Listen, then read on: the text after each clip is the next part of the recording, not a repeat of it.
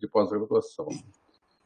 E estamos aí com as atividades não presenciais desde final de agosto do ano passado e acabamos de encerrar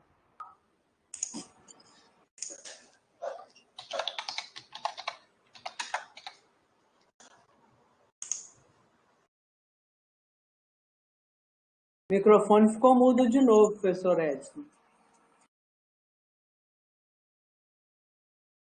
A tecnologia nos prega peças, né? Não tem jeito. Professor Lipieri, quem sabe a professora Rosângela inicia a apresentação dela, né? Depois a gente abre a palavra novamente.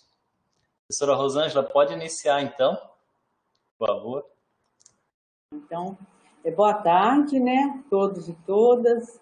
Primeiramente, eu queria agradecer o convite.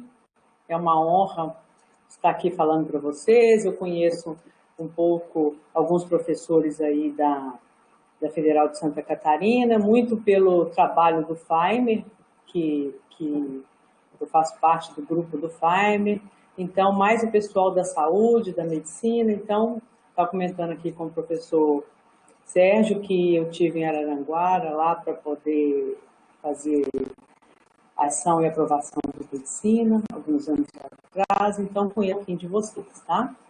É importante destacar que o meu lugar de fala é muito da área da saúde. Então, a gente aqui na UFV, Universidade Federal de Viçosa, onde eu sou professora, a gente tem os cursos aqui, tem várias engenharias também, tá? Tem todos os cursos praticamente, mas na área da saúde a gente trabalha com a medicina, enfermagem, nutrição, a educação física, o serviço social também, que não é da saúde, mas atua com a gente. Então, meu lugar de fala é muito esse, mas que todos os cursos que eu vou destacar, ele cabe muito bem também para ciências exatas aí para vocês, tá?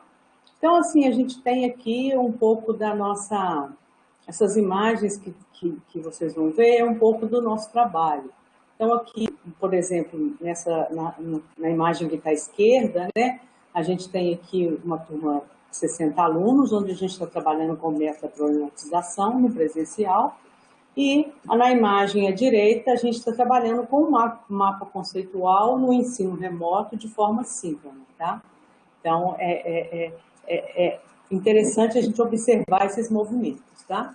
Então, o primeiro ponto que falar de metodologias ativas, eu optei por trazer as questões mais gerais desse momento, e aí depois, se for o caso, a gente pode indicar outras pessoas ou agendar outros momentos para a gente poder trabalhar alguns métodos mais específicos, tá? Ou a forma também de trabalhar com métodos ativos, e principalmente também a questão da avaliação, que é um ponto importante, que também não vai dar para poder falar nesse pouco tempo que a gente tem aqui hoje. Então, é mais uma aproximação para vocês conhecerem um pouquinho do nosso trabalho, e é muito importante destacar também que a minha fala é muito dentro dos referenciais teóricos conceituais que eu estudo, que eu trabalho, e a minha prática, né, na minha implantação dos diferentes métodos ao longo desses aí, mais de 20 anos, então ela foi sendo transformada na prática também, né? Então, essa imagem aí, acho que lembra um pouquinho aí essa parte exatas, né? Pensar na educação como um processo em permanente movimento, transformação e construção. E eu trago aqui também a Clarice Lispector, que é uma poetisa que eu gosto muito, e ela fala: dizem que a vida é para quem sabe viver, mas ninguém nasce pronto.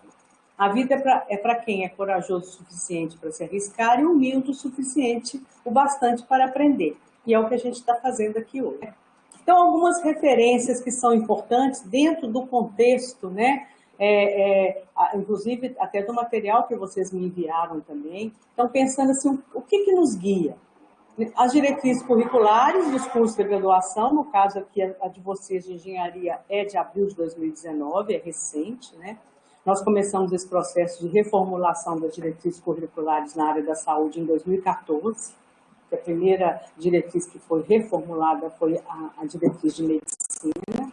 Depois, em 2017, o Conselho Nacional de Saúde, no final, em dezembro, ele lançou as diretrizes curriculares dos cursos da área da saúde, porque tem alguns cursos que ainda não reformularam as suas diretrizes de 2001, 2002.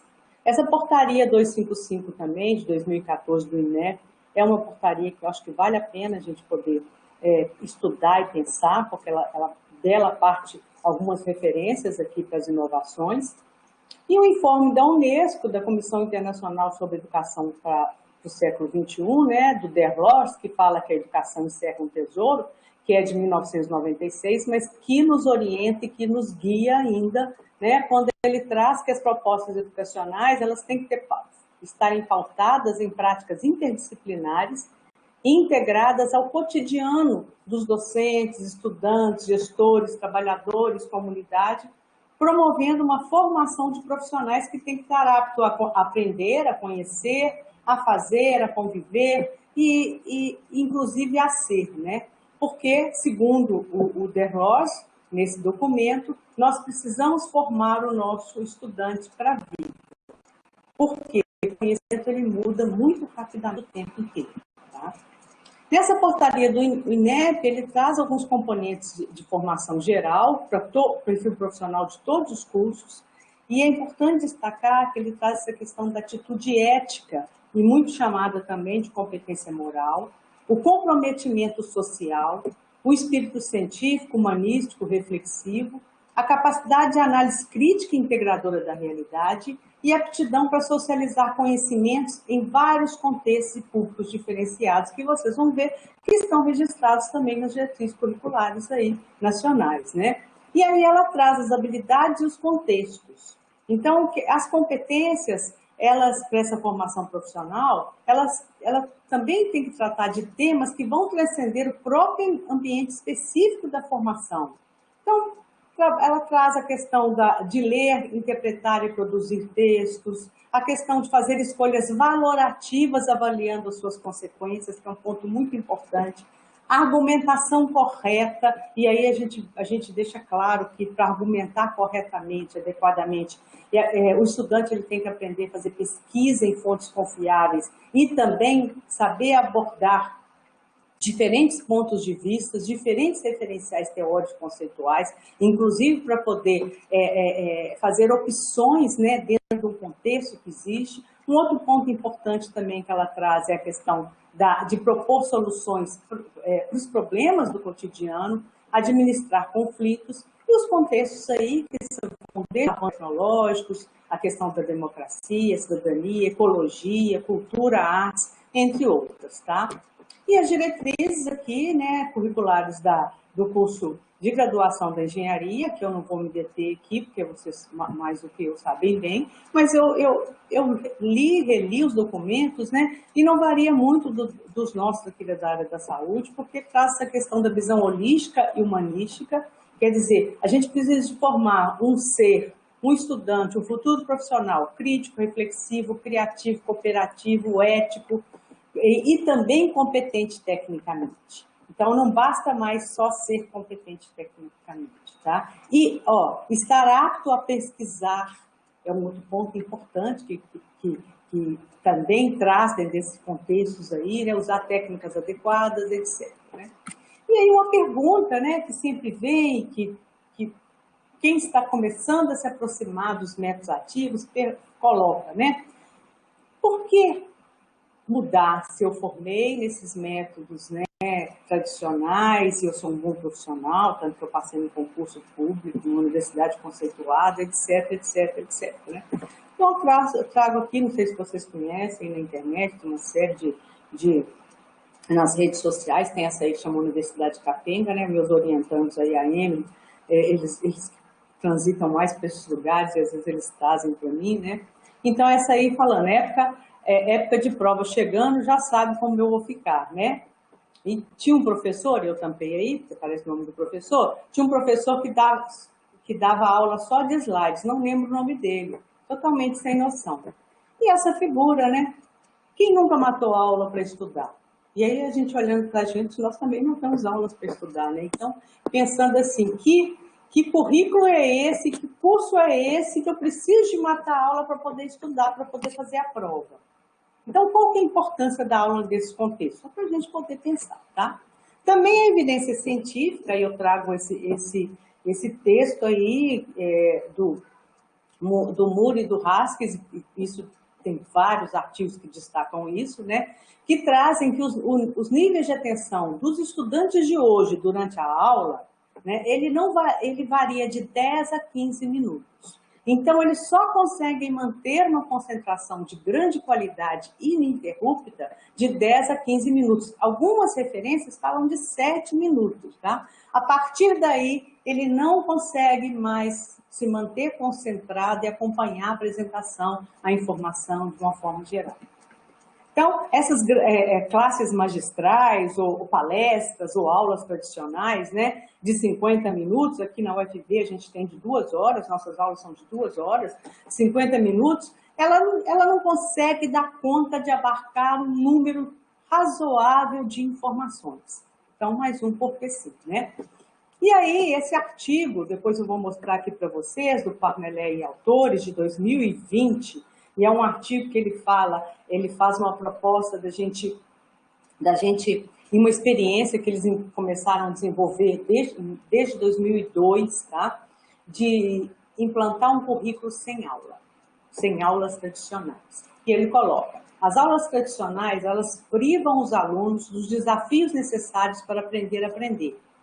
Elas não oferecem oportunidade para desenvolver o trabalho em equipe, a liderança, a comunicação interpessoal e as habilidades metacognitivas que são tão necessárias para a aprendizagem ao longo da vida e para a prática nos cenários reais, na vida como ela é, como dizia Nelson Rodrigues, né? Então, ela não oferece, e hoje essas questões aí, está nas diretrizes, está em todos os documentos, essas questões de aprender na universidade, a trabalhar em equipe, aprender a exercer a liderança, aprender essa comunicação interpessoal e as habilidades cognitivas, elas são extremamente importantes. E aí eles complementam. A persistência das aulas tradicionais, ela está profundamente enraizada em uma tradição que antecede o uso da palavra escrita.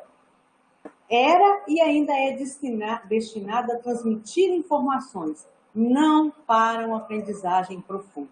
Tá? Não para que o aluno ele realmente tenha o domínio dos conteúdos que são adequados para a vida dele. Tá? Mais figuras, né? Mostrando aí essa figura, os alunos ali em sala de aula, essa figura que está aqui à direita é uma aluna nossa aqui da universidade, né? Que a colega colocou na internet, então está público, tá? Então o resultado dormindo, o resultado é esse, né? E outros autores colocam, quanto mais diversificado for a aula, as técnicas e os métodos utilizados, melhor será o aprendizado. Então é recomendado que mesmo numa aula tradicional, que o professor ele intercale a sua palestra, a sua fala, com diferentes momentos de técnicas ativas, que leve o aluno a levantar, fazer alguma atividade, que traga ele de novo, ele faça atividade e traga ele de novo para aqueles 10 a 15 minutos de concentração. Tá? Uma figura que também muito interessante, coloca, né? Para uma seleção justa, todos farão o mesmo exame, escalar aquela árvore. Então, o processo de ensino e aprendizagem ele deve permitir o exercício daquelas competências que já estão presentes no indivíduo, bem como daquelas que precisam ser exercitadas. Então, por isso que a gente tem que variar os métodos, as técnicas, para que a gente possa potencializar aqueles talentos que os alunos já têm, e fazer com que eles exercitem e adquirem novos talentos também, que é muito importante. E aí uma pergunta que não quer calar, né? E nós docentes, como que nós estamos? Nós estamos saudáveis, estamos felizes, né? Como que a gente está, né, diante dessa situação? Né? A gente sabe que o ensino remoto, ele tem colocado enormes desafios para o docente, né? De repente, da noite para o dia, a gente teve que refazer todo o nosso arsenal teórico, conceitual, nossa forma de dar aula, e a nossa casa se transformou, né, num gabinete, e por aí vai, né? Então, uma coisa importante também, porque aqui a gente tem gestores, que a gente precisa também de trazer, que a própria instituição também, a administração, a gestão, também tem que fazer mudanças, né? Então, quem cuida do professor, né? Esse livro é um livro interessante, ele não fala do professor, tá? Ele fala dos profissionais de saúde, mas traz essa discussão, né? Quem cuida do cuidador, né? E quem cuida do professor? Também temos que olhar com carinho para o professor, né? Então, como é que nós estamos, né? Nós estamos aí, como no filme, Lost, perdido, né? Perdidos no espaço. Esse túnel do tempo, parece que a gente voltou lá para início do século XIX, né? Pior de tudo é que é a vida e não é um filme, né? Então, Alice nos Países das Maravilhas também, né? Quando Alice pergunta para o gato lá, pode dizer-me que caminho devo tomar? E ele responde, isso vai depender do lugar para onde você quer ir. Eu não tenho destino certo. Nesse caso, qualquer caminho serve. Então, mesma coisa do Forrest Gump. Se você não sabe para onde você está indo, você provavelmente não vai conseguir chegar lá. E vai ficar correndo 2 anos, como ele fez, né? Então, nenhum vento é favorável quando o navegador não sabe onde deseja chegar e como conduzir o barco. Algo parecido acontece com a gente também. Por que eu estou trazendo essa questão aí da Alice, do Forrest Gump, né, do navio? Porque nós temos que começar a falar em profissionalização docente. É preciso investir na formação e no desenvolvimento docente. Não basta mais no século XXI eu ser um bom engenheiro, eu ser um bom arquiteto, não basta mais. Se eu for ser engenheiro e arquiteto profissionalmente, mas para ser professor, não, tá? Antônio Novoa, que é um educador português, que fez a sua carreira na França, eleitor da Universidade de Lisboa, ele vem muito aqui no Brasil, principalmente em São Paulo, e ele faz diversos cursos muito interessantes, ele fala. Vivemos um processo de desprofissionalização do trabalho docente. Desgastes da profissão, desvalorização social e econômica, intensificação e precarização do trabalho. E o Perrenot, ele traz, né, ele traz para a gente aqui quais são as orientações para um novo currículo, para um novo professor, para educar para a vida. Então, ele coloca, organizar e dirigir situações de aprendizagem, administrar a progressão das aprendizagens, a progressão, tá? Aí nós vamos falar de uma avaliação que precisa ser formativa, com feedback imediato, assertivo, conceber e fazer evoluir os dispositivos de diferenciação, envolver os alunos em sua aprendizagem e no seu trabalho, desenvolver o trabalho em equipe, participar da administração do projeto do curso, eu tenho que conhecer o meu projeto de curso, e aí vocês estão fazendo essa reformulação, ela tem que ser o currículo, a reformulação curricular, ela tem que ser um projeto coletivo, ela precisa ser negociada e construída por todos os professores e técnicos, se vocês estiverem aí, e com a gestão também participando, auxiliando, subsidiando. Por quê? Para que eu possa depois entender que esse projeto pedagógico é meu. Então, se ele é meu, eu tenho que lutar para que ele funcione adequadamente, tá? Informar e envolver os responsáveis, utilizar novas tecnologias, enfrentar os deveres e dilemas éticos da profissão. E um pouco aqui do meu lugar de fala, né? Eu sou professora titular da Universidade Federal de Viçosa, fiz meu mestrado, fiz meu doutorado, pós-doutorado, mas para a formação docente eu fiz diversos cursos de especialização, diversos. Eu posso citar mais importantes aqui, depois que eu terminei meu doutorado, e alguns durante também. Eu posso citar aqui o curso Finer, que é um curso de 2 anos, que a gente forma para essas questões todas que a gente está fazendo aí. O curso, teve outro curso que eu fiz para aprender a trabalhar com portfólio, problematização, um curso da Organização Mundial de Saúde. Então, hoje eu trabalho, eu tenho o PRODUS, que é o Programa de Inovação em Docência Universitária, que foi meu TCC do Finer, para poder ter o diploma de especialista aí em educação, formação de professores. Eu montei o Programa de Inovação em Docência Universitária e hoje a gente trabalha com desenvolvimento docente, discente, formando mestrandos, doutorandos, alunos da graduação, que a gente chama de educação de educadores e de educandos, tá? Então, o Zabalza, ele traz para a gente que não basta, para a gente trabalhar profissionalização docente, não se trata de aprender coisas, mas sim de formar-se. Então, a profissionalização docente, ela significa que o professor, ele precisa possuir aquele conjunto de competências docentes que o acredite como um formador capacitado, qualificado. E aí, gente, não existe saídas fáceis. É preciso se capacitar para ser docente. Então, é estudar, estudar, estudar, praticar, praticar, praticar, estudar, rever, estudar de novo, né? Então, a gente precisa de um contínuo desenvolvimento docente como estratégia, inclusive para as mudanças curriculares. Então, os professores, eles precisam de um conhecimento profissional. Então, e que tipo de conhecimento profissional de docência é?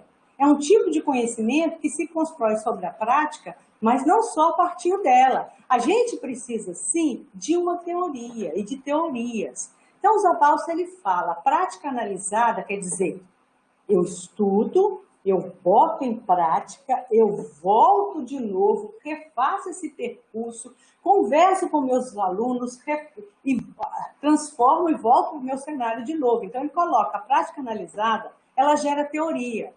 E a teoria torna possível colocar em marcha um tipo de prática fundamentada. Sim, o ciclo prática-teoria-prática, pelo qual se constrói o conhecimento didático, se repete em ciclos sucessivos que deverão trazer como resultado o crescimento progressivo do conhecimento sobre a realidade do processo de ensino, aprendizagem e avaliação, que vai trazer para a gente uma qualificação, uma profissionalização docente. E ele traz, né, e outros autores também, uma prática enriquecedora ela não pode ser linear e estanque, quer dizer, eu planejo, eu executo e eu tenho os resultados. Não, ela precisa ser em espiral. Eu planejo, eu executo, eu analiso os meus resultados, eu reviso, eu construo novas propostas de reajustes e volto novamente para a prática, executo e refaço isso. Sempre uma prática em espiral, né? Então, a cada novo planejamento que eu faço, eu vou ter um novo processo, mas sempre partindo da revisão da fase anterior. Tudo isso amparado pela teoria. Então, é um tipo de conhecimento que se constrói sobre a prática, mas só a partir da prática. E essas orientações que o Derlos traz para a gente, que a gente tem que ter uma formação ao longo da vida, né? Um processo de aprendizagem ao longo da vida, e o Zabalza, ele coloca o desenvolvimento pessoal e profissional como um processo que requer atualizações constantes que capacitam os sujeitos para dar respostas adequadas ao mundo nos vários cenários de trabalho em constantes transformações. Soma-se a isso a constante pressão em torno da qualidade dos serviços que prestam as instituições, sobretudo as universidades públicas. A gente mais do que nunca tem vivido isso daí, tá? Essa foto aqui é uma foto que nós estamos fazendo também uma reforma curricular, e é uma forma aqui do comitê gestor, né? Para depois a gente trabalhar. O grande grupo são todos os professores, pequenos grupos, grandes grupos, e a gente montou. Isso aqui nós fomos para uma sala e o currículo está todo aqui, fisicamente pregado, e a gente vai tirando e botando onde que dá, tirando coisas, substituindo, etc., trabalhando com isso na prática, né? Então, pensando na profissionalização docente, um outro ponto que eu preciso também trabalhar são as teorias educacionais sobre a aprendizagem. E a gente tem duas teorias, assim, a gente tem várias, mas pode ser resumidas em duas: as comportamentalistas e as construtivistas. As comportamentalistas da educação profissional, ela vai se preocupar com o resultado de aprendizagem que vai ser expresso nos comportamentos. Então, a ênfase da aprendizagem é por tentativa e erro. O que a gente faz? A gente categoriza, cria nível de resultado de aprendizagem. Então, ela é o quê? Ela é uma aprendizagem cartesiana e positivista. Enquanto as construtivistas, ela se preocupa com os processos experimentados pelos alunos e docentes. Não só, o resultado é importante, mas não só, o resultado ele vai ser uma consequência dos processos. E aí, a criação de estruturas cognitivas e habilidades de ordem superior. Então, o objetivo é resolver problemas. E aí, a resolução do problema ela vai trazer para a gente desenvolvimento de insights e tomadas de decisão. E a ênfase vai ser nas dimensões cognitivas, sociointerativas da aprendizagem. Então, alguns autores, Piaget, Vygotsky, Dewey, Schoen, né? Aqui, na nossa reformulação do currículo do curso de nutrição, os alunos fizeram um teatro mudo para a gente, e eles colocaram o que mais incomoda, né? Como é hoje, olha aqui. Então, aqui seria uma professora com o livro da nutrição na cabeça e com os vários capítulos enfiando os capítulos na cabeça aqui dos alunos, né? E aqui a gente, a gente trabalhando com um mapa conceitual, construindo sincronamente com os alunos no ensino remoto, tá? Então, essa imagem aqui, primeira, ela representa esse paradigma educacional técnico-positivista, né? Os alunos entram diferentes, eles têm que sair da mesma forma, né? A outra, crítico reflexivo, né? A postura de um professor, tá? Então, nesse paradigma educacional técnico-positivista, o foco é na dominação de técnicas que são suscetíveis de uma aplicação quase mecânica. Não que a gente não tenha que saber técnicas. Ninguém está falando isso. Não que as técnicas não são importantes, não que não tenha conteúdos que são importantes os alunos fixarem, não é isso. A educação e o currículo ele não pode ser focado apenas em técnicas, tá? E o que acontece nesses currículos tradicionais? A gente tem uma separação radical entre teoria e prática. Na maioria das vezes, os alunos nos primeiros anos de curso, eles ficam dentro da sala de aula, dentro da universidade, só nos estágios, no final do curso, que ele vai para a prática, tá? E aí, o nosso currículo, ele é descontextualizado da realidade. Então, o docente, ele dá importância aos resultados de aprendizagem em detrimento dos processos de ensino e aprendizagem. A aprendizagem, ela ocorre por recepção passiva, ela é mecânica, automática, o estudante, ele não faz associação, ele apenas decora, não questiona, recebe, decora e faz a prova adequadamente ou não, né? E o crítico reflexivo, o modelo está baseado na participação ativa e crítica. Então, o enfoque, ele vai adotar o paradigma interpretativo. Então, aqui cabe ao aluno ele pegar um problema, ele ir para a literatura, ele fazer pesquisas, ele trazer soluções, ele discutir com o seu grupo, ele discutir com o seu professor, ele interpretar todo aquele processo. Ela possui um corte humanista e centra nos processos formativos das pessoas, né? Para além de resultados e produtos. E os docentes e alunos eles vão se converter em agentes ativos da construção do saber. É uma parceria, tá? E aí vão construir estratégias para cada necessidade concreta. Então, nós falamos aqui de uma potencialização do processo de aprendizagem. Eu não gosto muito,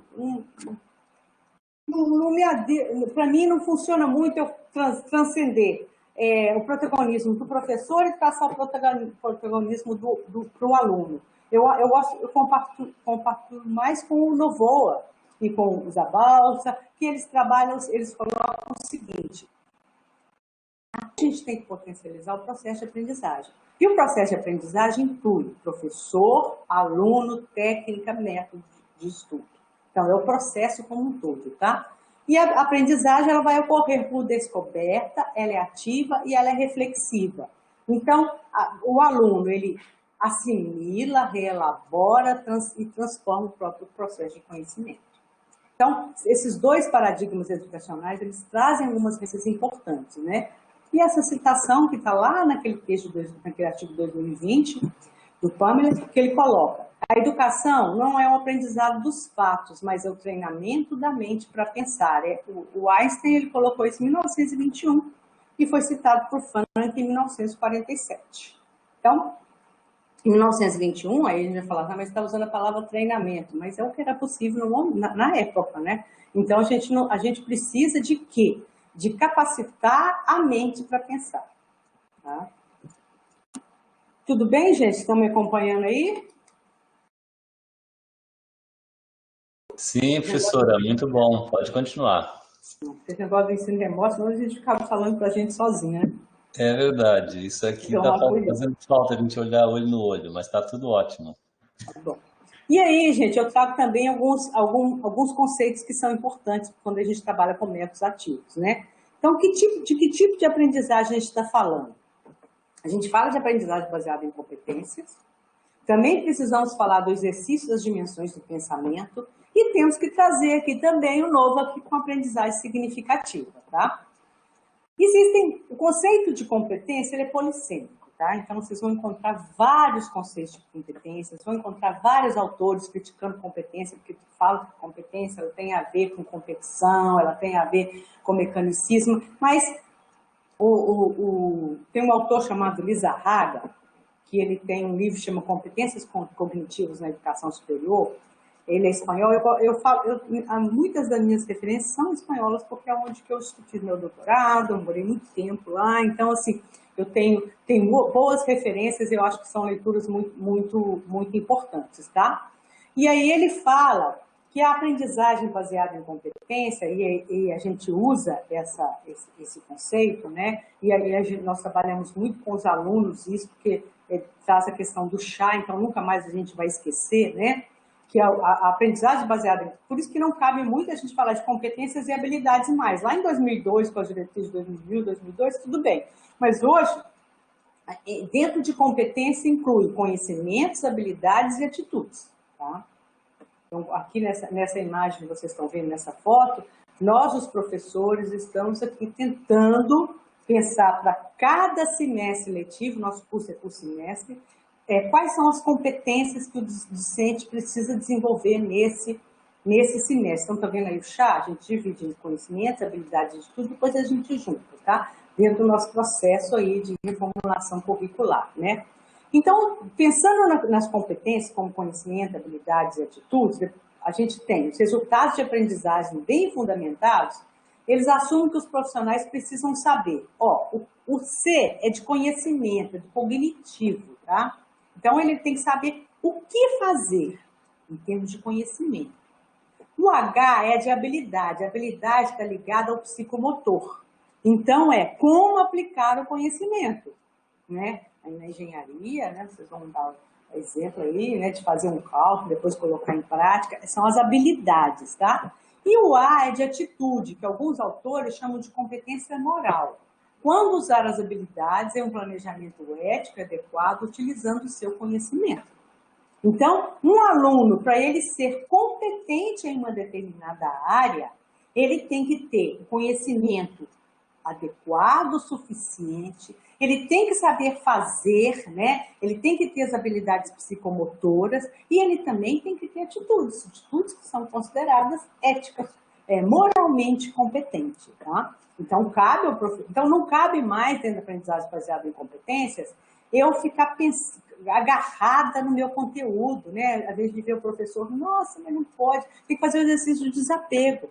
Cabe ao professor sentar e falar quais são os conteúdos que são imprescindíveis para esse aluno saber nessa minha disciplina, nesse meu módulo, nesse semestre. E aí, o resto, a partir desses conhecimentos, ele vai buscar sozinho na literatura. Com esse conhecimento, ele vai sair adequadamente para que ele possa buscar, né? A gente tem que desapegar, porque senão não dá para fazer currículo baseado em competência, nem trabalhar com metodologia ativa, tá? Segundo o conceito importante, é da teoria da aprendizagem significativa desse senhor aí, que morreu em 2008, o Alsop, tem vários textos, mas o livro principal dele é esse livro, Psicologia Educacional, que inclusive ele construiu junto com o Novak.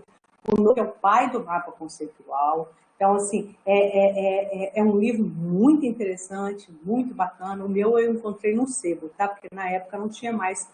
Nas bibliotecas, com certeza tem, das universidades, mas não tinha mais para comprar, eu achei no sebo. É um livro, é um clássico, tá? E o que existem também muitos equívocos de aprendizagem significativa. As pessoas acham que é significativa porque faz sentido para o aluno. Tudo bem, faz sentido para o aluno. Mas que tipo de sentido, tá? O aluno, para a gente aprender, a gente tem que fazer um link. Ninguém aprende sem conexão, sem link, tá? Porque senão parece que está falando, quando fala, está falando chinês para mim, tá? Então, a aprendizagem significativa, ela se relaciona com as informações que são previamente adquiridas pelos indivíduos. Então, elas estão relacionadas a algum aspecto relevante que já estão presentes na estrutura cognitiva desse indivíduo, tá? Então, seria o que o Altshuler fala, o esteio. Os subsucessores, que são aquelas estruturas cognitivas anteriores. Então, essa nova informação, ela tem que fazer um link com aqueles subsucessores lá, para que ela possa fazer sentido, tá? E aí, o Altshuler traz na aprendizagem significativa 3 fatores que estimulam a aprendizagem significativa. São a disponibilidade para a aprendizagem significativa, a motivação, a disponibilidade tem a ver com esse link que ele precisa de fazer, a motivação para a aprendizagem significativa e o material potencialmente significativo, tá? Essa disponibilidade, a informação ela tem que fazer esse link, ela tem que interagir com aquilo que o aluno já sabe, com os subsunsores dele, tá? E o material potencialmente significativo é o que mais tem a ver com o professor. O professor ele tem que selecionar um material potencialmente significativo que ele possa oferecer para o aluno para o processo de aprendizagem. E a motivação para a aprendizagem significativa ela tem a ver com aquele caráter afetivo. Então, ela pressupõe que o indivíduo manifeste uma disposição para a aprendizagem significativa.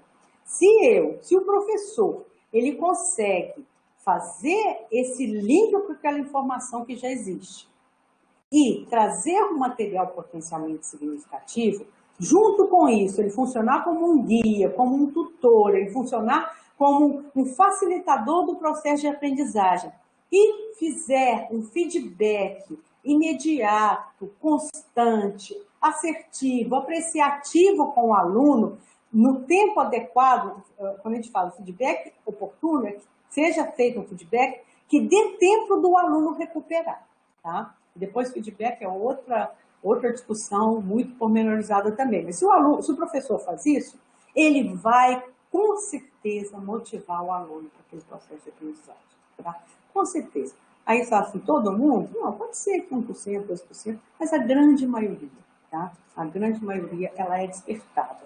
Então, é muito interessante essa questão da aprendizagem significativa.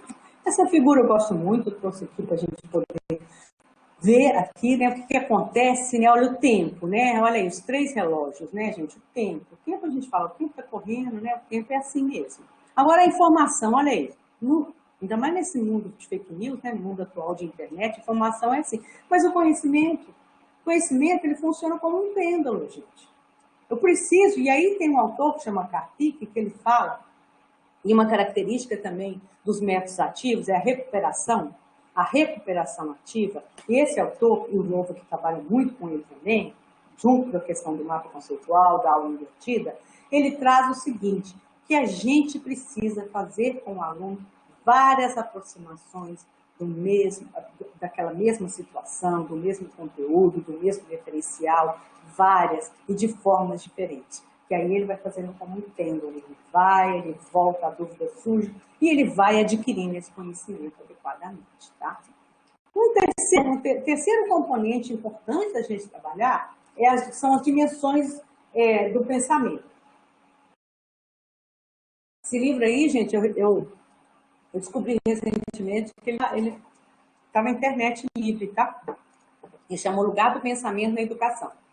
E esse autor, o Lítio, ele fala o seguinte, que a gente tem 3 dimensões do pensamento que precisam ser trabalhadas em qualquer área, tá? A crítica, a criativa e a cuidadora. A crítica, gente, é aquela que está ligada, pensamento crítico, é aquele pensamento que está ligado às pesquisas. Então, é um pensamento que vai empregar critérios de validez, evidências, consistências. Ele é usado na pesquisa, na investigação. Então, a habilidade de identificar e citar boas razões para apoiar suas opiniões. Como que eu posso identificar e citar boas razões para apoiar minha opinião se eu só recebo informação o tempo inteiro que o professor me passa? Eu só copio, hoje os alunos não copiam mais, eles tiram foto, eu só fotografo, pego a imagem, decoro, faço a prova. Quanto mais fidedigno for daquela imagem que o professor colocou, melhor eu vou sair na prova. E pronto, depois deixei de lembrar disso, porque eu passei, né? Os alunos falam, no Nordeste, nas capacitações que eu faço, e a gente trabalha com aluno também, ele fala assim, já paguei essa disciplina, graças a Deus. Quer dizer, quem já teve dívida sabe o que significa você ter dívida, né? Então, imagina o peso que é uma disciplina, eu já paguei, né? Então, o aluno só consegue identificar e citar boas razões se ele aprender a pesquisar, se ele for atrás das literaturas, das evidências, for atrás das experiências exitosas, e até ver também o que não é adequado. E a capacidade de autocorreção. Então, gente, os autores têm chamado de autorregulação. É um nível alto de desenvolvimento do aluno e do professor também. quanto eu me autorregulo. Então, eu descubro as minhas próprias debilidades e aí eu vou buscar alternativas para retificar com os meus métodos, os procedimentos. E eu acrescentei lá no livro a capacidade de argumentação coerente e fundamentada. Eu só consigo argumentar se eu realmente conseguir ler, estudar os principais estudiosos teóricos da minha área.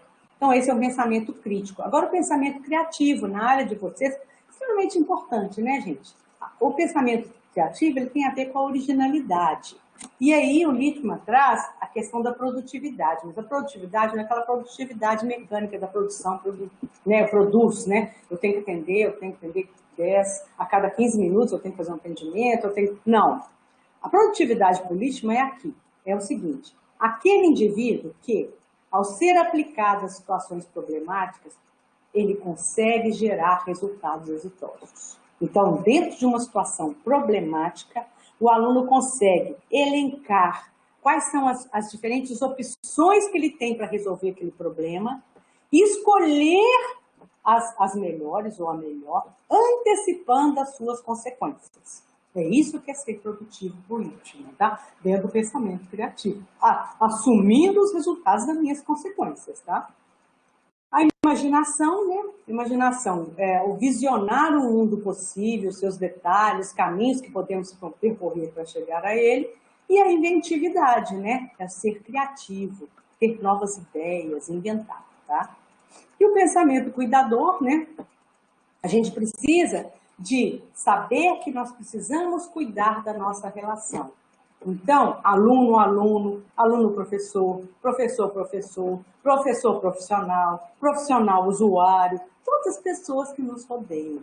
A gente precisa também aprender, eu costumo dizer quando eu faço contrato de convivência com os alunos, é um contrato, eles colocam, né? Eu pergunto o que nós precisamos fazer para a gente conviver com harmonia durante esse semestre, nesses horários que a gente está trabalhando junto. E conseguir os objetivos de aprendizagem que é importante nessa disciplina, nesse módulo, e os alunos vão listando as coisas, eu também listo as minhas. E eu costumo colocar elegância. Acho que elegância, bom humor é fundamental, porque eu costumo dizer, vocês podem me falar quase tudo não pode também não, mas quase tudo, desde que seja com elegância.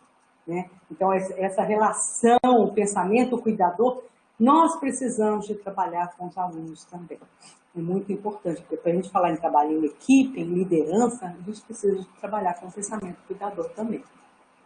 Então, a grande questão é a seguinte, para mudar o processo pedagógico, nós temos que mudar o modelo que está dentro da nossa cabeça. Então, mudar esse processo pedagógico não é só um problema de didática, de método, de técnica, é também um problema epistemológico. Porque o grande problema é que, às vezes, os currículos não dão certo, quando a gente reformula, um método não dá certo. Por quê? Porque eu quero trabalhar esse método, mas dentro da minha cabeça tradicional. E aí eu trabalho um método ativo e faço uma avaliação por prova. E a prova cai justamente o que está lá nos textos. Okay? Você acha que o aluno vai se envolver? Você acha que o aluno, método ativo dá trabalho, gente? Dá muito trabalho para o professor. Dá muito trabalho para o aluno, dá trabalho. Mas ele tem que ter uma compensação, que é um aprendizado mais profundo. Mas eu também tenho que avaliar ele de uma outra forma. É uma outra questão, tá? Então, os docentes atuais, eles precisam ter domínio didático e também epistemológico, tá?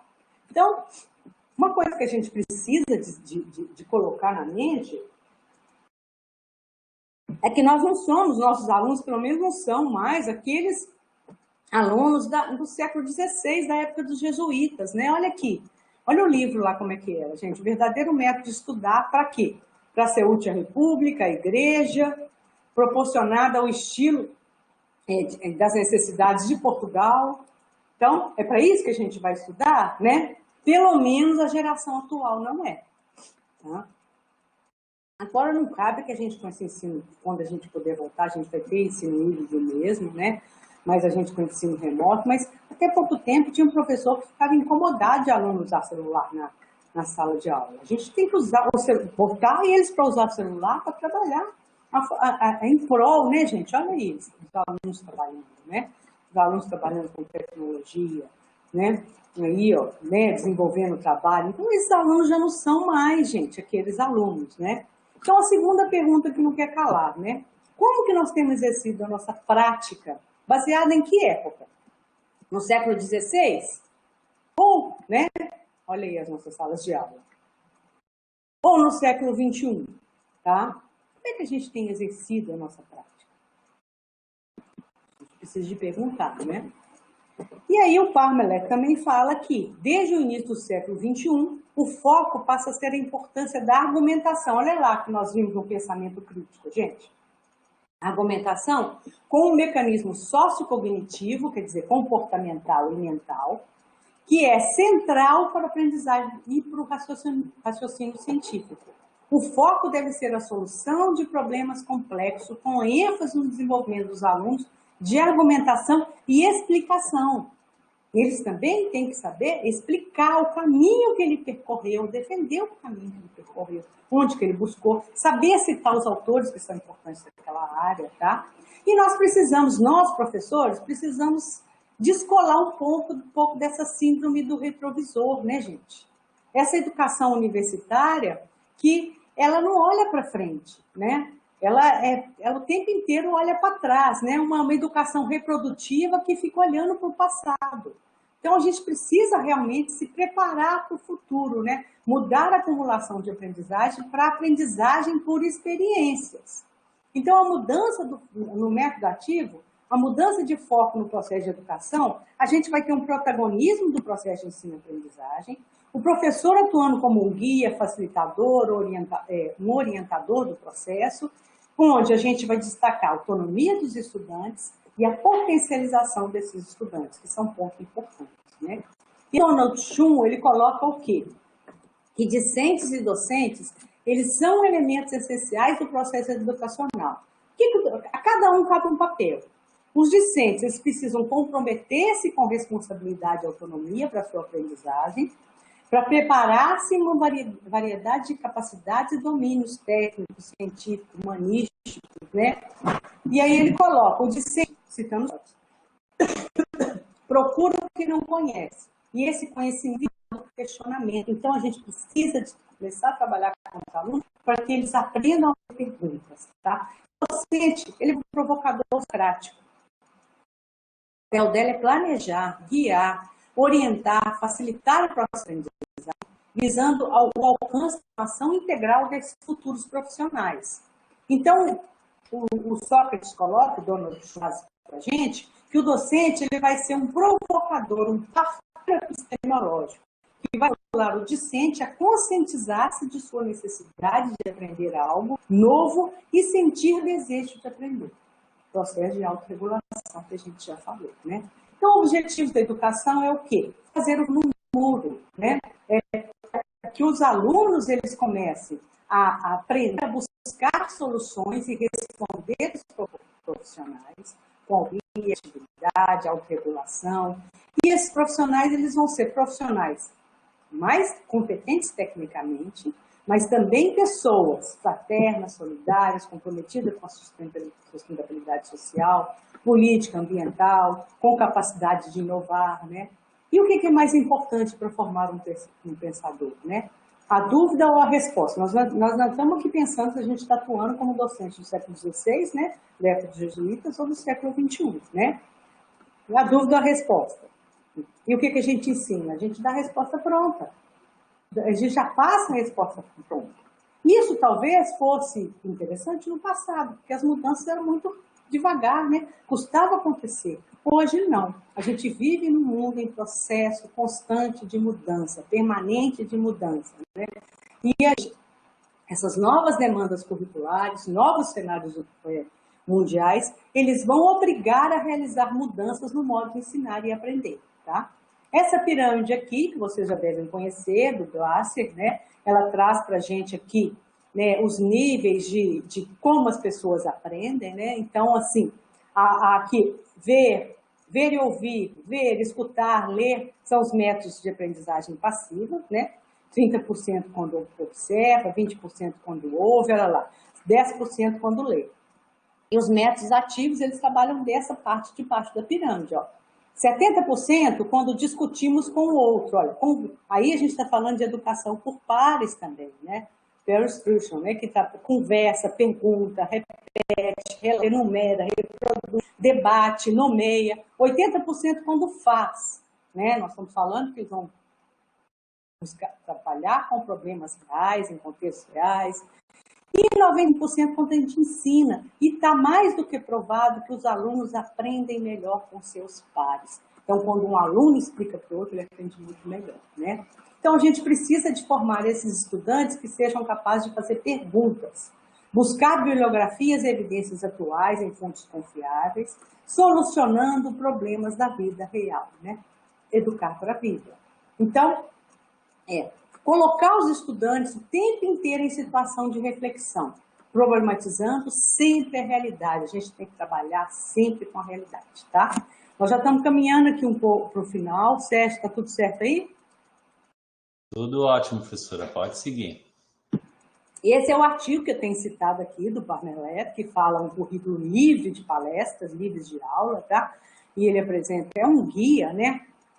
É para a área da saúde, mais especificamente um currículo para a área médica, mas que vai servir, aconselho vocês a lerem, posso mandar depois por e-mail para o Sérgio, aconselho vocês a lerem, que é muito interessante, foi publicado em julho de 2020, e ele fala que tipo de aprendizagem nós estamos falando. Nós, no século XXI, temos que trabalhar com aprendizagem ativa e engajada. Engajamento.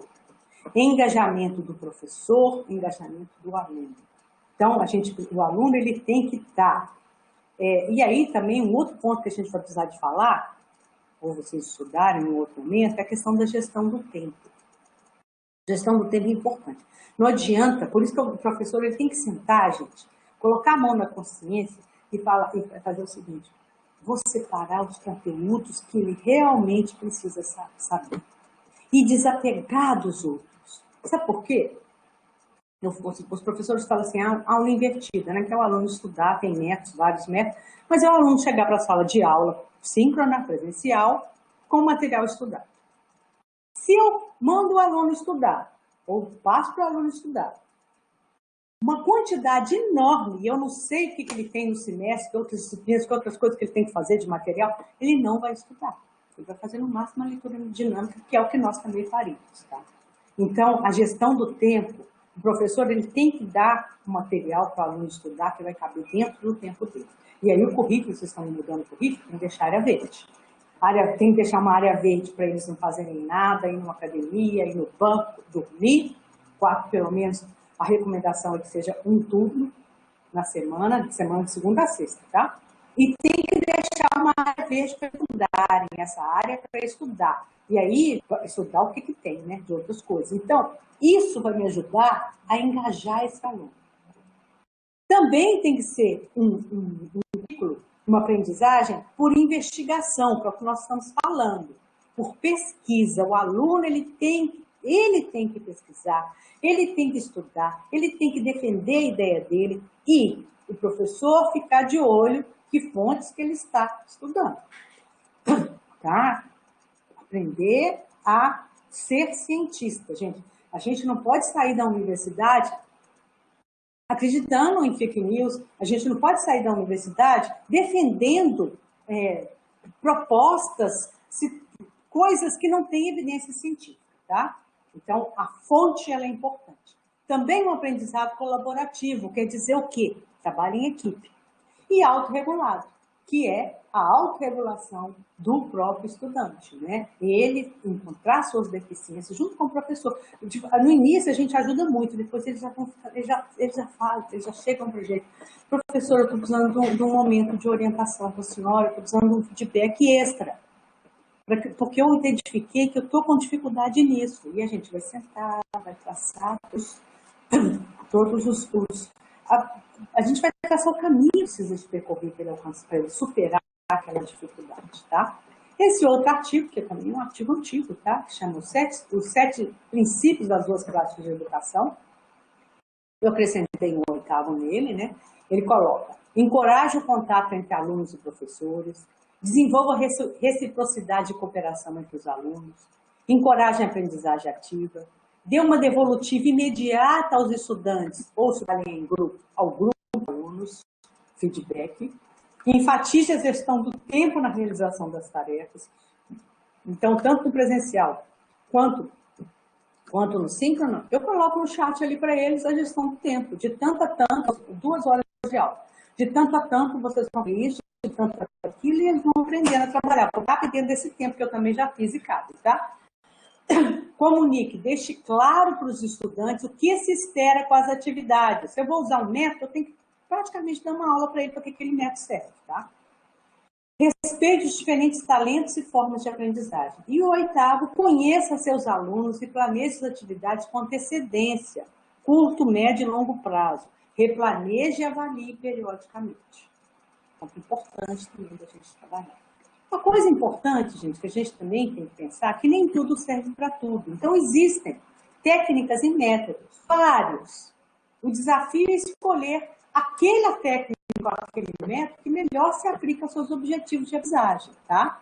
Então, cuidado para você não forçar a barra igual aí, né? A gente enfiar um gomo de mexerica num alho, numa cabeça de alho, até cabe, mas vai ficar ruim, vai cheirar ruim, né? Não vai ser agradável, tá? Então, o que a gente precisa de fazer? Eu não sei se o curso seu aí é anual ou se é semestral. O nosso aqui é semestral, então tanto faz para um ou para outro. Mas eu tenho que, no meu módulo, no meu disciplina, eu tenho que saber, ao final do semestre letivo, com esse módulo, com essa disciplina, o aluno tem que ser capaz de, eu tenho que ter claro, e eu tenho é a minha meta. E aí, o que eu vou fazer? Eu vou trabalhar em etapas, tá? Eu vou dar feedback, pelo menos a cada mês, né? Em momentos específicos. E aí, só aí eu vou poder escolher o método. Porque todos os métodos não servem para tudo, não. Ter os objetivos e pegar dentro desses objetivos, quais métodos me ajudam a trabalhar essas questões? E aí eu vou escolher o método, tá? E a questão do planejamento também é muito importante. Então, o professor ele tem que saber onde quer chegar o método utilizado. Então, supõe gestão do processo de construção, inventividade didática. Nós temos uma planilha dessa daqui que a gente constrói aula por aula, tanto síncrona quanto assíncrona, tá? E a gente tem os objetivos, o tempo, os objetivos, as técnicas do mestre que a gente vai usar, o que a gente vai fazer. Por último, lá a gente tem as comandas para as próximas aulas, tanto para a gente quanto para os alunos, tá?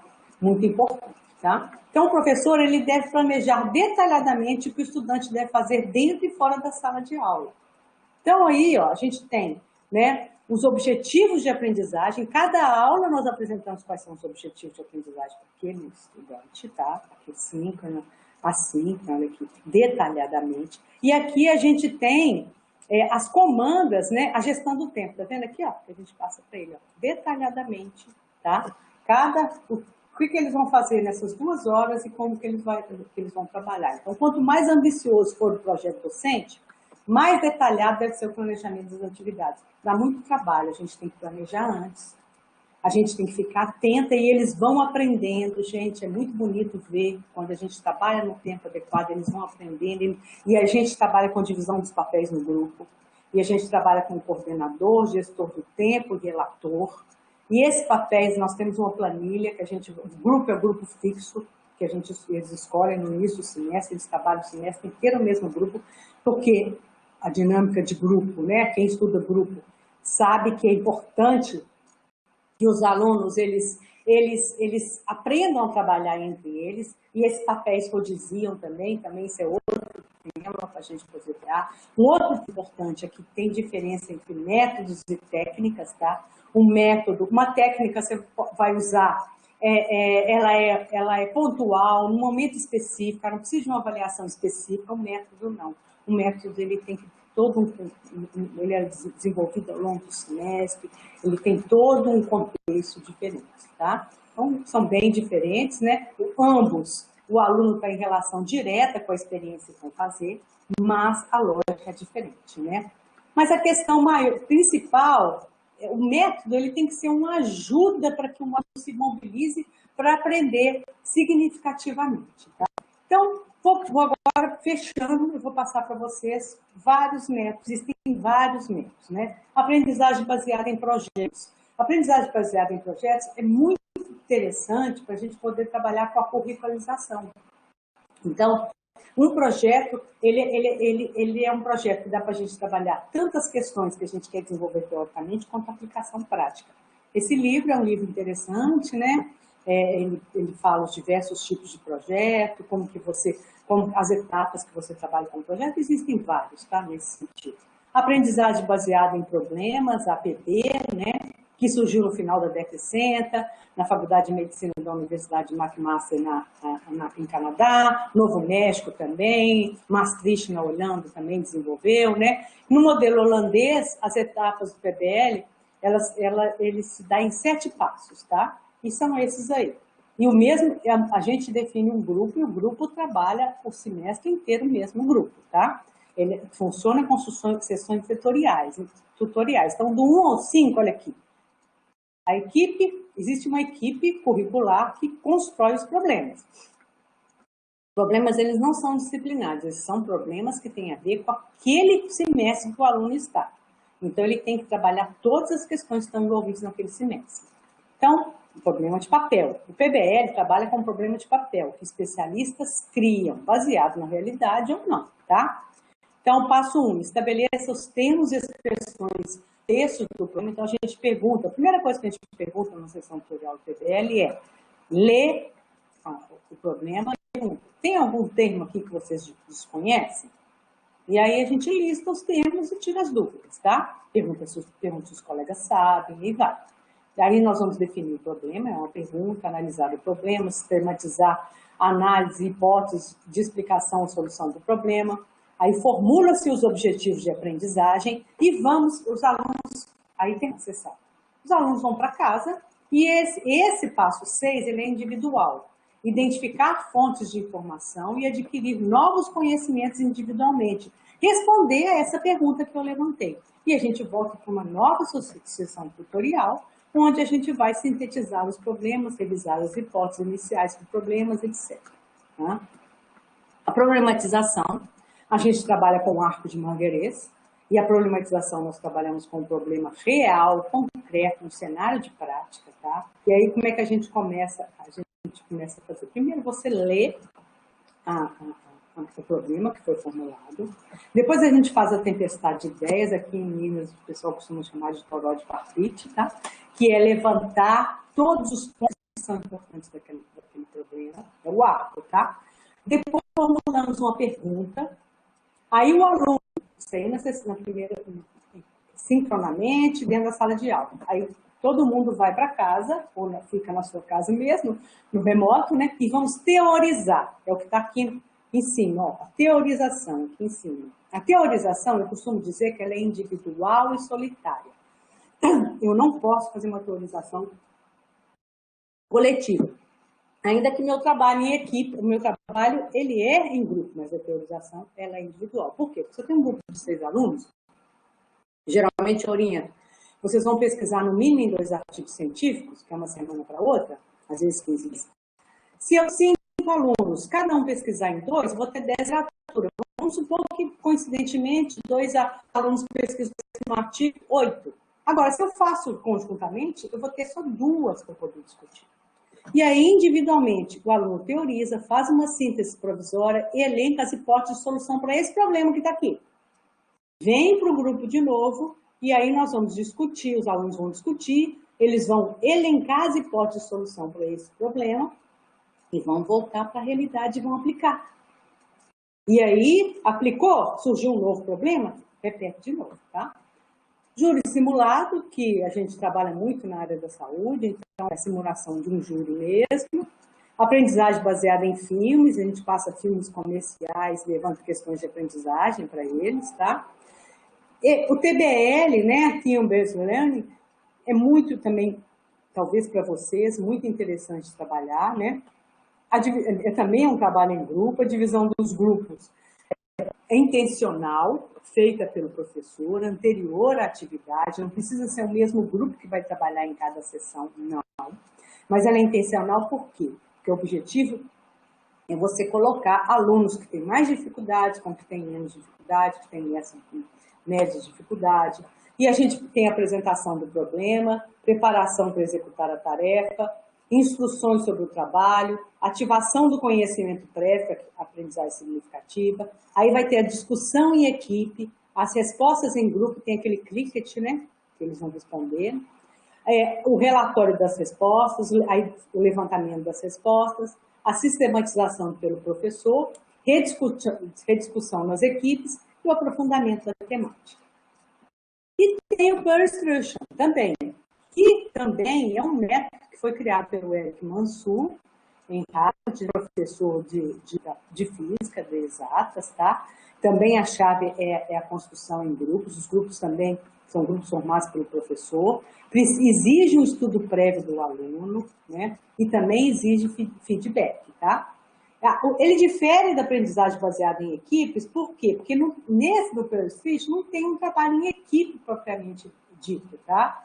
Então, não existe também uma tomada de decisão por consenso. Lá no TBL, eles decidem, eles entram em consenso qual questão que eles vão escolher. Aqui não. Os alunos se envolvem rigorosamente entre si na explicação das suas respostas e na aprendizagem de como os outros abordaram a pergunta. E o papel do professor é fazer perguntas sondadoras, promover o debate, o diálogo, fornecer um ensino que a gente chama de just in time, né? O ensino naquele momento para esclarecer conceitos errôneos. Então, como que acontece? O professor faz uma breve apresentação da temática. E aí ele faz uma pergunta, que ele já elaborou, tá? O aluno já estudou para mim esse tema, tá? Os alunos, eles votam na resposta, individualmente, primeira rodada, tá? Se 30% dos alunos, eles, 30% acertarem, a gente precisa de revisar os conceitos dos professores. De 30% a 70% acertarem, eles vão discutir entre os pares, né, e voltam para uma segunda rodada. E se mais de 70%, a gente começa uma outra rodada de perguntas, o professor ele faz uma nova explanação, repete a partir do início da primeira pergunta. É um método interessante também, tá? Os mapas conceituais, é muito interessante a gente trabalhar com mapa conceitual, nós trabalhamos aqui no Assíncrono, eles constroem isso aí, qualquer área de vocês dá também, eles constroem um mapa conceitual sincronamente, nós damos o feedback sincronamente na mesma sessão de aula. O importante é a gente destacar que o mapa conceitual, a ênfase dele na aprendizagem por competência é no cognitivo. É uma outra, lógico que a gente trabalha, nós trabalhamos em grupo, então a gente pode trabalhar individual também, mas a gente trabalha em equipe, a gente trabalha também a questão da liderança, etc., por todas essas questões, mas a ênfase é no cognitivo. É uma outra forma de estudar o conteúdo. Eles precisam ler e eles precisam de identificar quais são os conceitos chaves daquele capítulo que vocês dividiram. É muito interessante. A gente tem 2 artigos publicados disso. O portfólio também, não sei se vai aplicar, talvez aí mais aí na arquitetura, ou portfólio demonstrativo, também é muito interessante, tem 3 tipos de portfólio, narrativo, reflexivo e o demonstrativo. Nós trabalhamos com o reflexivo aqui, a gente tem, depois a gente pode passar, a Emily pode passar para vocês aqui o link, a gente tem um acervo de quase 200 portfólios que a gente trabalha coletivamente. Físicos, agora nós temos 2 semestres letivos, né, de ensino remoto, nós temos um acervo com 10 portfólios, um repositório com 10 portfólios no Camaleu, aí vocês podem consultar. Nós trabalhamos com políticas de saúde, a gente tem um guia que eles seguem, nós trabalhamos por módulos, fazemos avaliação, feedback mensal, muito interessante também. Trabalho muito interessante. E para fechar, né, como eu costumo dizer, para não concluir, o que a gente precisa fazer? Precisa disponibilizar tempo, compartilhar experiências, planejar em equipe, sentar e discutir, compartilhar as experiências de novo, eu fiz isso, deu certo, eu fiz isso, deu errado, investir na construção coletiva e dialógica. Eu vi que vocês, professor Edson, falou que vocês têm pós-graduação, trazer os alunos do mestrado, doutorado, para poder pesquisar e ajudar vocês, né, nessa parceria e inovação, ter disponibilidade, responsabilidade, estudo, comprometimento, reflexão e corresponsabilidade, busca de soluções, quando a gente consegue que os alunos também eles se sintam responsáveis pelo processo, implicação, né? Sentir-se parte do processo de ensino, aprendizagem e avaliação, motivação, o brilho nos olhos, o aluno precisa de ver que o professor gosta daquilo que ele está fazendo, que ele sabe que ele não é um simples aventureiro, tá? Alegria no processo de ensinar e aprender, produzindo encantamento, acho que isso é super importante. Cumplicidade e emoção também, envolvimento e compromisso, né? Sujar os pés aí, contínuo docente de capacitação, não dá para parar, tá? E resiliência, muita resiliência, porque é gratificante, envolvente, mas não é fácil, é muito difícil, tá? Fechando aqui, né? Trabalhe em equipe, não fique só. Como diz o nosso mineiro aqui, Guimarães Rosa, né? Junto dos bons que a gente fica melhor. Então, assim, trabalha aqui nessa foto aqui embaixo, a gente está, nossa equipe, eu com meus alunos de pós-graduação, a Emily está aqui, a Luísa, aqui está a Ariadne, a gente planejando, no sábado, a gente planejando nossa semana de estudo. Então, isso também é muito importante, tá? Umas referências, e é isso, gente. Muito obrigado. E agora, nesse pouquinho tempo, né, estou aberta aqui para quem precisar discutir alguma coisa. Obrigada. Posso fechar, Sérgio? Pode fechar e abrir a câmera, professora, por favor. De início, a gente não apresentou direito a professora Rosângela Minardi Mitricota, né, mas a gente colocou na chamada, né, as suas credenciais. Só não vi qual é a sua formação base. É da medicina? Eu sou formada em terapia ocupacional, graduação. Certo. Mas e diversas... trabalho com a área da saúde toda. Tá certo. Eu não sei se todos ouviram, a professora Rosângela participou da avaliação da implantação do curso de Medicina em Araranguá, então já contribuiu com a UFSC, né, em outro momento, agora aos 2 anos passados, né, mais ou menos, né? Mais ou menos. 2 ou 3, não sei. Mas foi muito bom, professora Rosângela Minardi. Eu já vou abrir a palavra para todos, mas uma primeira questão que eu queria aproveitar de perguntar é como motivar os professores, né? Porque os nossos professores das universidades públicas, eles são muito bons em conteúdos, né? Todos nós. Eu sou um engenheiro e fiz um concurso numa área, num conteúdo específico, mas eu não tive formação de professor. E a gente vai aprendendo mais na prática do que na teoria, né? Então, como motivar os nossos professores a estudar essas formas de aprendizado, essas coisas tão importantes que você nos mostrou hoje? Assim, eu acho que precisa de ter um reconhecimento do mérito de ensino, né? Eu acho que as nossas universidades, elas são muito voltadas, as federais, elas são muito voltadas para a questão científica, né? Para a questão da publicação científica, de projetos na área, que não o ensino, não o ensino científico também. Eu acho que é interessante, quando vocês começarem a pesquisar, vocês vão ver que engenharia também tem publicações, principalmente no exterior, muitas publicações nessa área do ensino. Então, acho que a universidade, por exemplo, aqui na UFV, a gente tem anualmente medalha de honra ao mérito, financeiramente, mas assim, a gente tem uma medalha mesmo, concretamente, e aí a gente tem uma medalha, os pares escolhem um professor de medalha de honra ao mérito na pesquisa, na gestão, na extensão e no ensino.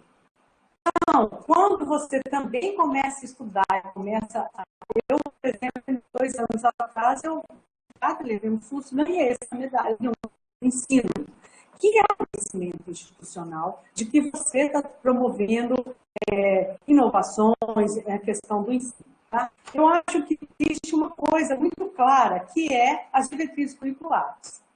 Então, a gestão universitária, a gestão aqui, o professor Edson, quem está coordenando, ele vai precisar de adaptar esse currículo, né? Então, é uma coisa. Um movimento que nós temos feito aqui é um movimento de... todas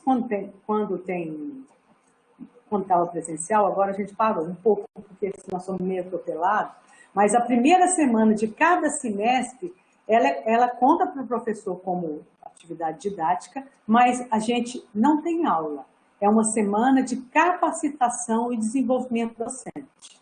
E nessa semana, a gente fica em imersão 5 dias na semana, 8 horas por dia, com planejamento que nós montamos aqui uma comissão de apoio à coordenação de curso para trabalhar na reforma curricular, e a gente traz pessoas de fora, a gente desenvolve pensamos num tema e nós fazemos imersão em discussão, igual aquela foto que eu mostrei lá, a gente trabalhando com os currículos, e a gente durante 4 anos nós temos feito isso tem dado muito certo, tá?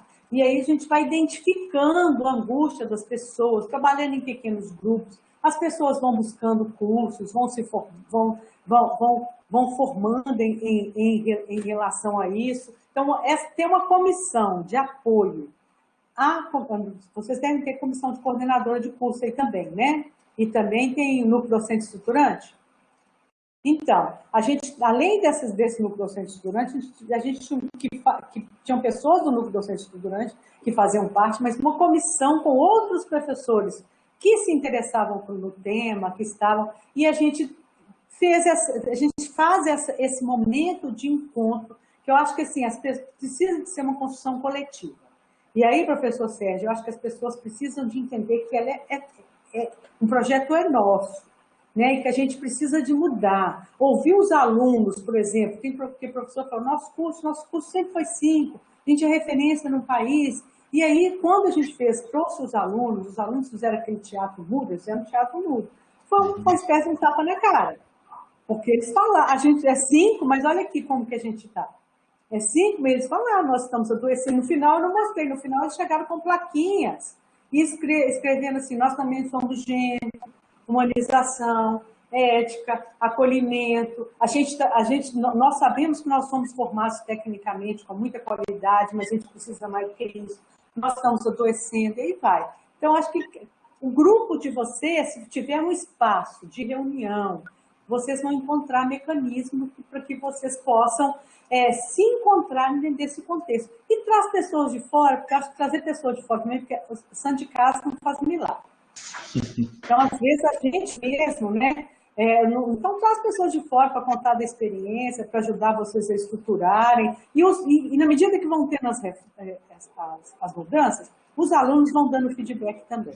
E os alunos, eles vão dando feedback positivo, negativo, eles vão também induzindo a essa reforma. E também, gente, quando for fazer concurso, professor, faça concurso de uma forma inovadora. Faça um concurso que o professor também tenha que conhecer as diretrizes curriculares, conhecer o projeto pedagógico do curso, além das questões teóricas da área. E nesse concurso, ele precisa de dar uma aula diferente, que não seja essa aula tradicional. E aí, o que vai acontecer? O professor que quiser estudar, ser professor de vocês, ele vai ter que estudar o projeto pedagógico do curso, vai ter que estudar as diretrizes curriculares, vai ter que estudar as referências que vocês derem aí de inovação, e vai ter que estudar para dar uma aula diferente. Então, ele já vai estar diferente. Acho que isso também é um ponto importante também, tá?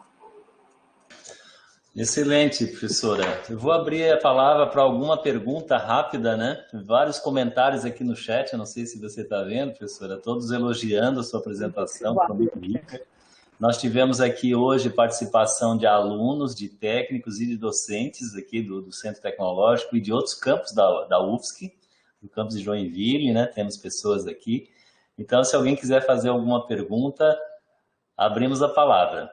Eu já aproveito, professora Rosângela, se possível, né, se não for pedir demais, pedir a sua apresentação também para a gente colocar. A gente faz um resumo dessa nossa palestra de hoje, nosso webinário.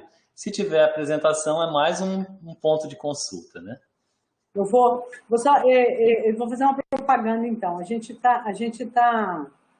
Nós temos um curso para quem gosta de portfólio, pessoal, a gente tem um livro, tá, que é interessante, que foi uma tese de doutorado também, e nós estamos terminando agora um livro sobre métodos ativos, que a gente vai ter essas coisas que nós trabalhamos e vamos ter detalhadamente vários métodos, quase todos os métodos, todos esses que eu falei aqui, mais alguns, tá? Então, assim, muita coisa que está aí é coisa que vai estar no livro. Então, e aí a gente tem a imagem dos alunos que estão aí também, né? Às vezes eu posso passar para você talvez a referência, uma aula, não sei. Porque Pode eu fico ser. com medo depois que cai na rede, e aí um aluno, tem colegas aí também, entendeu? Sim, Eu uso entendi. muita Faz imagem. sentido, Eu faz faço sentido. material para você, tá? A gente tem que ter esse cuidado, O professor De Pieri, se quiser tentar fazer um fechamento, também aberta a palavra ainda, né? O professor Bernardini fez uma pergunta aqui, vou aproveitar e colocar. Ó. Como tem sido a experiência da professora Rosângela nesse momento em que as aulas são apenas remotas? É um desafio a mais, né? Respondo? Pode responder.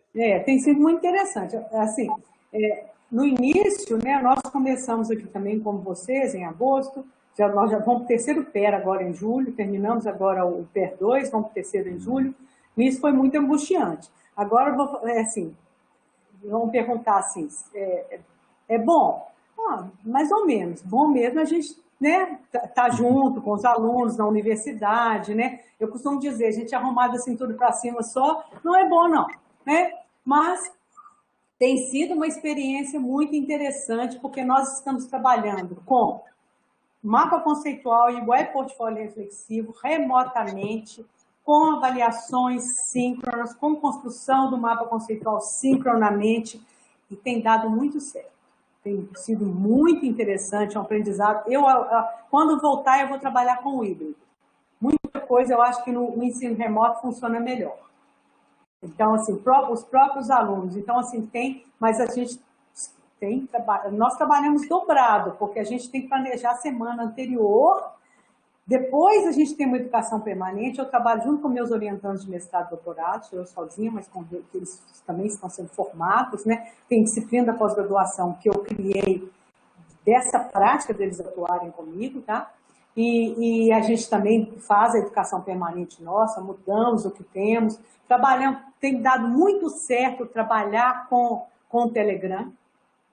Telegram, a gente não trabalha com WhatsApp, porque senão os alunos confundem, mandam outras coisas, então a gente trabalha com o Telegram, a gente monta as turmas no Telegram, a gente monta aquelas comandas que eu mandei para vocês de uma semana para outra, a gente manda no Telegram, eles mandam as questões, a gente responde no Telegram. Então, assim, a gente tem usado as tecnologias muito bem. Então, assim, tem sido interessante o trabalho, tem dado bastante certo. Logicamente, normalmente a gente trabalha com 60 alunos. No ensino remoto, nós estamos trabalhando com 30.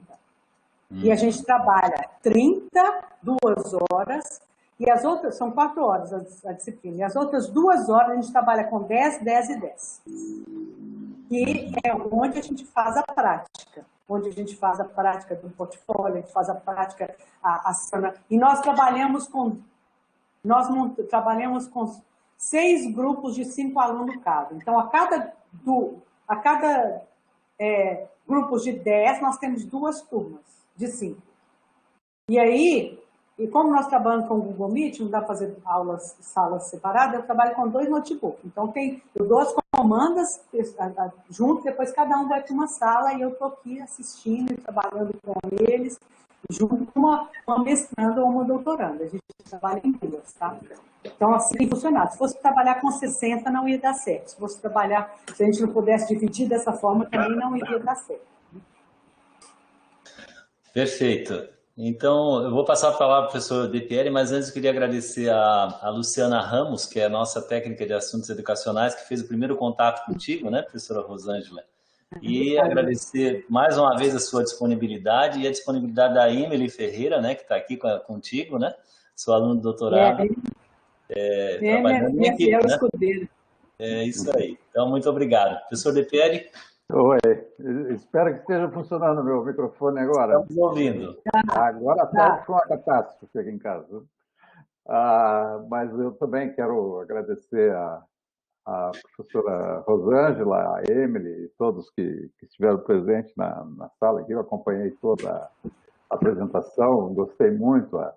Eu reproduzo um pouco o comentário que o Rabelo fez aqui no chat, né? A gente tem uma certa dificuldade de implementar essas novas metodologias, mas no momento a gente tem que começar. Então, a gente já tem várias experiências, digamos assim, individuais, mas ainda não é algo institucional, né? Acho que a gente está bem longe de que isso ocorra. Mas a pandemia nos ensinou várias coisas, né, Rosângela? Uma delas foi que a gente nunca fez a integração de chamar especialistas de vários lugares do Brasil, do mundo, para fazer isso que nós estamos fazendo hoje, né? E não consigo imaginar por que a gente não fez isso antes, né? Porque a gente não fazia, né? Porque é realmente altamente enriquecedor, a gente evita, claro que viajar é bom, mas evita todo aquele transtorno que às vezes é de viajar, quando você volta, tá com a mesa empilhada de coisa, com alunos precisando da tua atenção. Então isso é algo que ficou, é algo positivo que ocorreu durante a pandemia, assim como positivo vão ser as nossas reuniões, né? Que a gente não vai precisar estar na mesma sala. Então, nós agradecemos a tua palestra, foi realmente riquíssima, tem uma quantidade de conceitos que para a gente, eu falo por mim, mas acredito que representa um pouco o pensamento de vários, são conceitos bastante novos e é um aprendizado, né? A vida do professor é um eterno aprendizado, é uma eterna fuga do tédio e é isso que torna a nossa profissão tão atraente e tão difícil, porque também, por outro lado, a gente sempre fica com aquela, principalmente nas áreas de engenharias, né? A gente sempre fica com medo de que não passou todas as informações necessárias para a formação daquele aluno. Mas a gente nunca pensa do lado da recepção, né? Ou seja, eu estou com a consciência tranquila quando passo todas as informações, mas não me dou conta que provavelmente eu passei um monte de coisa, mas o aluno não teve a recepção adequada de todo aquele conteúdo. Então, essas questões que você levanta e que você discute, ela nos faz bastante refletir sobre esse aspecto, né? Não é só cumprir a tabela, né? Para usar uma linguagem, né? Mas é isso, a gente está à disposição para colaborar contigo também naquilo que a gente puder e gostaríamos de, numa outra oportunidade, talvez a gente avançar um pouquinho mais em questões mais específicas que você nos trouxe. Acho que é isso. Então, obrigado mais uma vez, obrigado ao Sérgio, a Luciana por terem feito contato contigo. A gente está num processo aí que estamos aprendendo bastante, estamos bastante reconhecidos pela contribuição, em especial pela tua contribuição e da Amy. Eu queria muito agradecer também a vocês pelo convite, assim, porque é tanta coisa, né, para que a gente tem para poder falar, para poder destacar e falar em relação aos métodos ativos. E eu fiz aí um recorte e eu falei, vou falar dessas questões que são primordiais da gente poder entender, né, dos paradigmas, das correntes de pensamento, da aprendizagem significativa, aprendizagem por competência, e trazer essas literaturas atuais, porque assim, eu fui dar uma capacitação lá na Federal de Tocantins, só para poder fechar, e um professor da engenharia da computação, ele me perguntou assim, mas o meu livro, professor, tem 500 páginas. E eu tenho que dar isso para o aluno num semestre. Do jeito que você está falando para fazer, desse jeito. Ele estava meio assim, irritado. Do jeito que ela está falando que está fazendo, e é novo, menino novo. Do jeito que ela está falando que tem que fazer, eu não vou dar conta de fazer. Eu falei, não vai mesmo, não. Agora, eu vou fazer só uma pergunta para você. Você acha que nesse semestre, o seu aluno, quantos créditos que ele faz? Quantas disciplinas que ele faz? Umas 30 créditos, né? Créditos são as 6 disciplinas no mínimo. Você acha que ele vai aprender, essas 500 páginas que você deu, ele aprendeu quantas delas? Eu te falo que nem 100. Eu estou para te dizer, na minha experiência aí, que nem 100 ele aprendeu das 500, né? Aí ele fala, ou você acha que ele aprendeu as 500? Não, mas eu dei as 500. Então, né? Então, a gente também, eu acho que é o OLX, né? Tem que fazer esse exercício de desafio. Eu acho que cabe ao professor, gente, cabe a gente sentar e pensar qual é o conteúdo, isso é a nossa capacidade, nós somos especialistas. Qual é esse conteúdo, ele precisa sair dali, que eu tenha certeza que ele sabe. Porque o resto ele vai buscar depois, porque as coisas mudam também, né? Então, isso é muito importante. Então, queria agradecer, espero ter contribuído, estou aberta, eu acho que a gente tem que dialogar com os colegas mesmo, tem coisas que a gente passei. Eu comecei a trabalhar com o portfólio em 2007, e quando eu pego meus portfólios de 2007, pego hoje, né? Eu falo, nossa senhora. Então, é assim, a gente aprende errando também, estou à disposição, tá? Muito obrigado. E espero ter contribuído aí com vocês, desejo sucesso aí para vocês também, tá? Então tá, obrigado, Rosângela. Tá bom, Sérgio, está contigo para encerrar. Não, é isso aí, eu agradeço mais uma vez, foi tudo muito bom. Só vou para fechar aqui, falar um comentário, professora Rosângela. Um professor nosso das antigas, igual eu, professor Pedro Bernardini, escreveu uma coisa muito bacana aqui, ó. Obrigado pela excelente palestra, professora Rosângela. Minha sensação é ter engolido uma caixa de sonrisal. Tamanha efervescência provocada por sua explanação. Então, é bem o meu sentimento. Muito legal. Como diz Rubem Alves, né? Ostra feliz não faz pérola, né? Então, Rubem Alves fala nesse livro dele aqui, ó, Ostra feliz não faz pérola. Aqui, ó. Muito interessante ler, tá? E ele fala isso, se eu estiver muito cômoda no meu lugar, se eu não estiver sentindo provocada, eu não vou mudar, né? Então, é isso mesmo.